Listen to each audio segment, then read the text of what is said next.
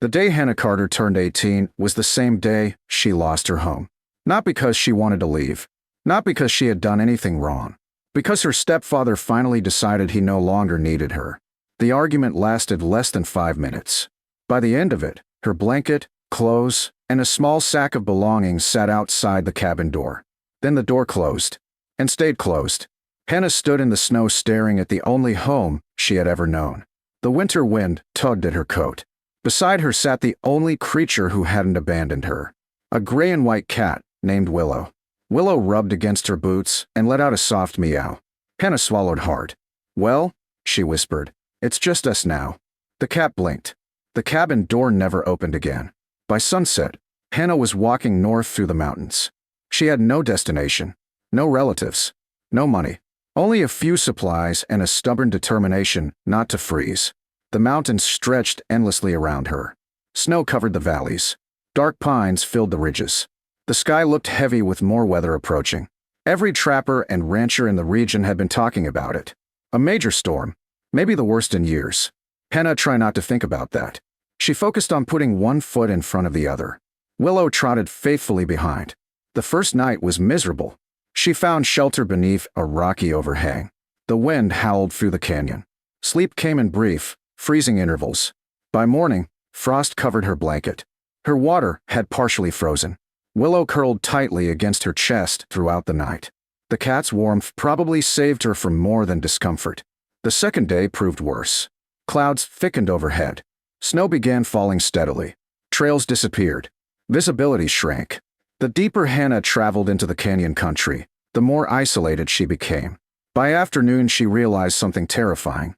She was lost. The landmarks she had been following vanished beneath fresh snow. Every canyon looked identical. Every ridge looked the same. Panic threatened to overwhelm her. Willow seemed unconcerned. The cat continued padding confidently through the snow. At sunset, Hannah discovered a narrow canyon she didn't remember seeing before. Steep walls rose hundreds of feet on either side. The passage twisted sharply through the mountains. The place felt strangely sheltered from the wind. That alone made it worth exploring. She entered. The deeper she traveled, the narrower the canyon became. Snow fell heavily behind her. The world turned white. Then the blizzard arrived. Not gradually. Suddenly. One moment snow drifted gently. The next moment a wall of wind exploded through the mountains. Hannah staggered. Snow blasted her face. The temperature seemed to drop instantly. Fear gripped her chest. She needed shelter. Immediately. But the canyon walls offered nothing. No caves. No overhangs. No protection. The storm intensified. Visibility dropped to only a few feet. Hannah's hands grew numb. Her legs felt heavy. For the first time, she wondered if she was going to die. Then Willow stopped. The cat stood beside one section of canyon wall. Its ears perked forward. Its tail twitched. Then it began pawing at the rock. Hannah frowned. "Willow." The cat ignored her. It continued scratching at the wall. Snow swirled around them. The wind screamed overhead. Yet Willow refused to move. Annoyed, Hannah stepped closer. Then she noticed something strange. Warm air. Very faint, but unmistakable. A gentle stream of warmth brushed her cheek. She froze. Warm air shouldn't exist here. Not during a blizzard. Not in a frozen canyon. Her pulse quickened. She moved closer. A narrow crack hid between two stone outcroppings, almost invisible beneath snow and ice. The warm air was coming from inside. Willow pawed at it again. Hannah immediately dropped to her knees. Using frozen fingers, she cleared snow away from the opening. The crack widened. More warm air escaped. Her heart began pounding. Behind the crack was darkness. A hollow space. An opening into the canyon wall. She dug frantically. Ice broke away. Loose stones tumbled free. Within minutes, the opening became large enough to squeeze through. Hannah grabbed her belongings, then crawled inside. Willow followed. The passage angled downward. For several yards, she crawled through darkness. Then the tunnel opened suddenly. Hannah stopped. Her lantern nearly slipped from her hand. The space before her wasn't a cave. It was a room. A real room. Shelves lined the walls. Furniture sat neatly arranged. A stone fireplace occupied one corner. Old lanterns hung from wooden beams. Someone had built a home inside the mountain. And not just a shelter. A comfortable one. The air felt wonderfully warm. Warmer than outside by at least 20 degrees. Hannah stared in disbelief. The room looked abandoned, but remarkably intact. Dust covered everything, yet nothing appeared damaged. Willow trotted confidently through the chamber, as if inspecting property she already owned. The sight almost made Hannah laugh. Almost. Instead, she sat down heavily. Relief washed over her. For the first time since leaving home, she felt safe. That night, she slept beside the old fireplace. Outside, the blizzard raged. Inside, silence filled the hidden dwelling. When morning arrived, curiosity replaced exhaustion. She began exploring. The structure extended far deeper into the mountain than expected. Additional rooms branched away from the main chamber. Storage areas, sleeping quarters, workshops, even a library. Whoever built this place had planned to stay for years, perhaps generations. Then Hannah discovered something even stranger. The books. Most were ordinary enough. Farming, mining, weather, history, but several focused on geology, maps, land surveys, property records. The collection seemed unusually specific, as though the owner had been searching for something. Hours later, she found a locked wooden cabinet.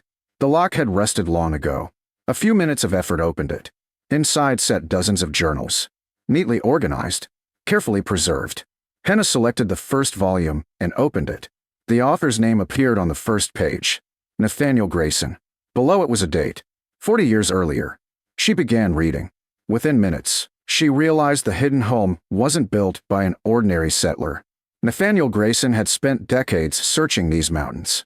And according to the journals, he believed something valuable was hidden somewhere beneath the canyon itself. Something important enough to dedicate his entire life to finding. Then a folded map slipped from between the pages. A map covered in markings, notes, measurements, and one sentence written boldly across the bottom. The answer lies beyond the warm chamber. Hannah stared at the words, then slowly looked deeper into the mountain, toward a narrow passage she hadn't explored yet. A passage hidden behind a row of storage shelves. And suddenly, she realized the shelter might only be the beginning. Hannah spent the next hour staring at the hidden passage. The narrow opening sat behind a row of dusty shelves. From the main chamber, it looked insignificant. Just another tunnel disappearing into darkness. Yet Nathaniel Grayson's journals suggested otherwise. The answer lies beyond the warm chamber. The sentence repeated itself in her mind. Willow seemed to have already made a decision. The cat slipped through the opening without hesitation. A faint meow echoed back. Hannah sighed. You always choose the dangerous path first. She grabbed a lantern and followed. The passage descended gradually. Unlike the rest of the dwelling, this section appeared unfinished. Tool marks scarred the walls. Broken mining equipment lay abandoned in corners. The deeper she traveled, the warmer the air became. That surprised her. The warmth wasn't coming from a fireplace or trapped sunlight. Something else heated the mountain. After nearly 10 minutes, the tunnel widened into a vast underground cavern. Hannah stopped. Her breath caught.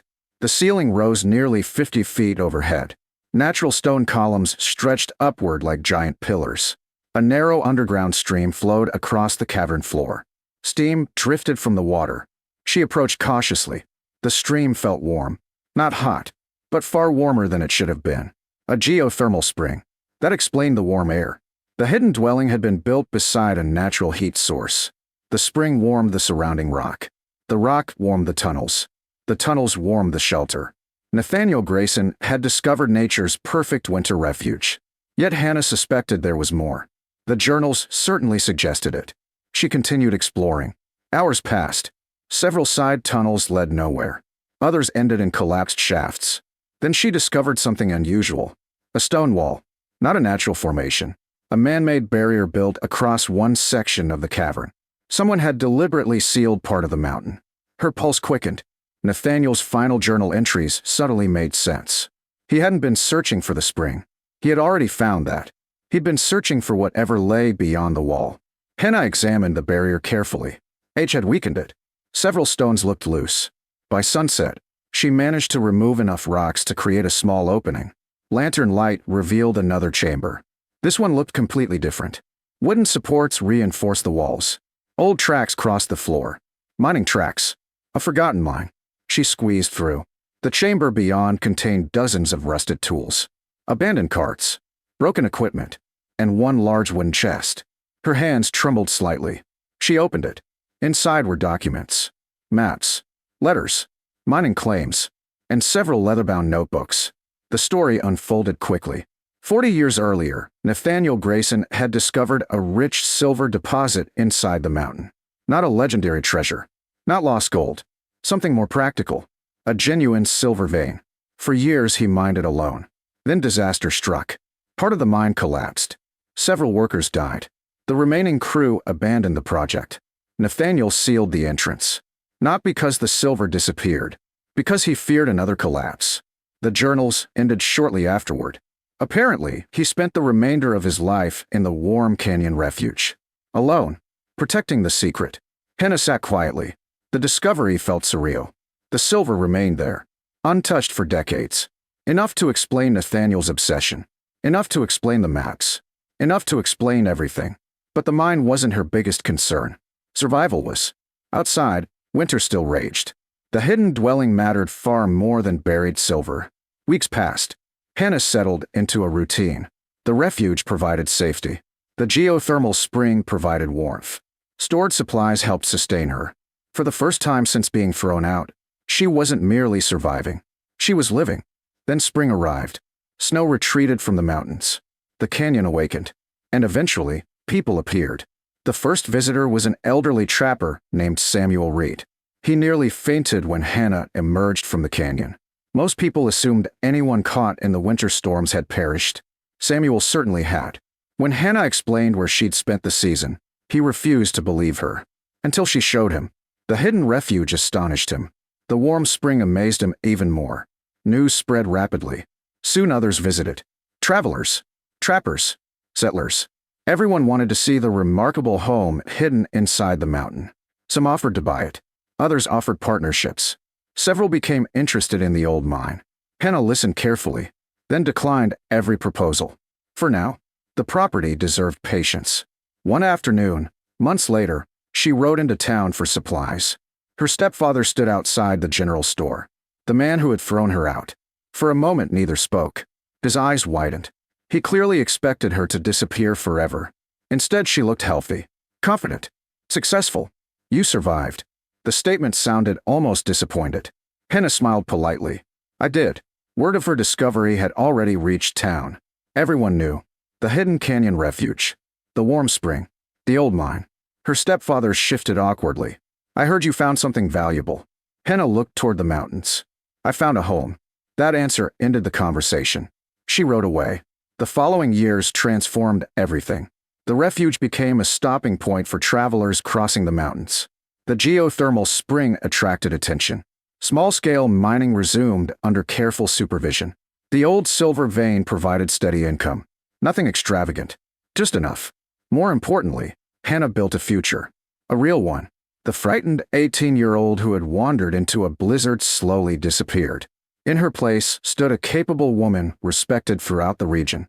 Yet despite all the changes, one thing never changed. Willow, the gray and white cat, remained her constant companion. Older, slower, but still curious. One autumn evening, years later, Hannah sat outside the canyon entrance watching the sunset. The mountains glowed gold. Travelers prepared campfires below. The refuge bustled with life. Willow curled comfortably beside her. Hannah scratched behind the cat's ears. You know, she said softly, none of this happens without you. The cat responded with a sleepy blink. Perhaps agreement. Perhaps not. Either way, Hannah knew the truth. She had been thrown out with nothing. No home, no money, no future. Then a stubborn cat stopped beside a warm crack in a canyon wall. Most people would have walked past. Willow hadn't. And because of that, a hidden refuge became a home. A forgotten mine became an opportunity. And a desperate winter became the beginning of an entirely new life.